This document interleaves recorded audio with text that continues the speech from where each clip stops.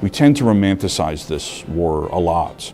And one of the things we romanticize most, I think, are spies. Significantly, to my mind, I don't think there are too many people who can name a male spy. There aren't too many people who can sort of rattle off a number of men who conducted intelligence work. There are a few, but they don't have sort of that household recognition. But boy, we know the women. Isabella Buchanan Edmondson. She was outrageous in her time, for her time period. While her brothers were all fighting in the Confederacy, Belle served as a Confederate spy. She worked mostly in North Mississippi and for Missouri troops. Belle Edmondson is one of the small names. Belle Edmondson is one of the people we don't know much about. She doesn't have the name recognition. She didn't get her memoirs published shortly after the war. She didn't write memoirs to be published.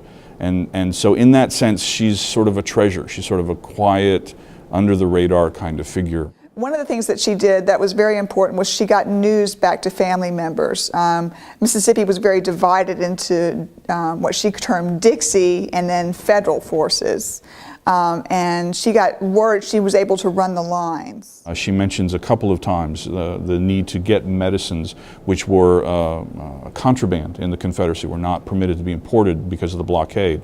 The ability to go to Memphis and get those kinds of needed supplies and bring them back through the lines, utterly crucial to the survival and to the health and well-being of the Southern sympathizing folks in northern Mississippi. So she clearly becomes known to Union forces as somebody to watch. And eventually, by the end of the war, they will actually issue an arrest warrant for her, and she has to rely upon some of her friends on the Union side to sort of advise her and to protect her, and then eventually she escapes. Her letters are very well written.